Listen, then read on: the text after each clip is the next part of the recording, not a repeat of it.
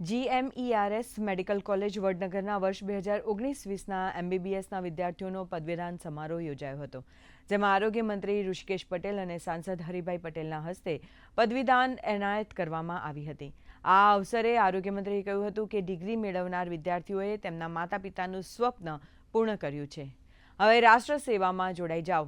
તેઓએ વિદ્યાર્થીઓને સાયકોલોજી શીખવાની શીખ આપીને કહ્યું હતું કે તમારે દર્દીને સમજીને તેની સારવાર કરવાની રહેશે.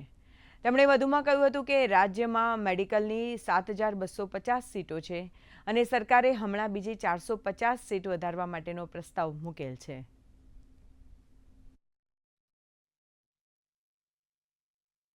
મેડિકોલોજી તો તમે ભણી લીધી, પરંતુ જ્યારે તમારી પાસે દર્દી આવે તો દર્દી સાથે એનું 50% દુઃખ કેવી રીતે હળવું થાય એનો પ્રયત્ન તમારે કરવાનો રહે છે.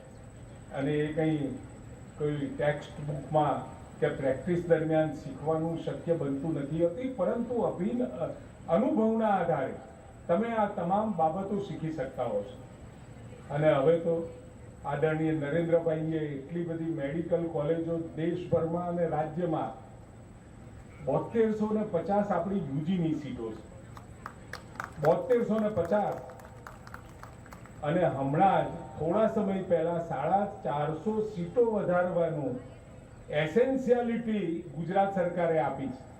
186 વિદ્યાર્થીઓ આજે ડોક્ટર MBBS ડિગ્રી એમણે મેળવેલી છે અને આ શુભ પ્રસંગે આ ડિગ્રી મેળવેલ તમામ વિદ્યાર્થીઓને હું GMERS મેડિકલ કોલેજ વડનગર તરફથી ખૂબ ખૂબ શુભેચ્છા પાઠવું છું અને તેઓ ભવિષ્યમાં સારી રીતે માનવતાના સેવા બજાવે એવી એમને હું सूचन करूँ छूँ। यहाँ के शिक्षक, सारे स्टाफ मेंबर्स, सारे प्रोफेसर्स एंड डॉक्टर्स ने हमारा बहुत ही सहयोग किया है और हमें बहुत ही शिक्षा दी है, जिससे हम आगे जाके बहुत अच्छे डॉक्टर बनेंगे और सारे लोगों की खूब अच्छे से सेवा करेंगे.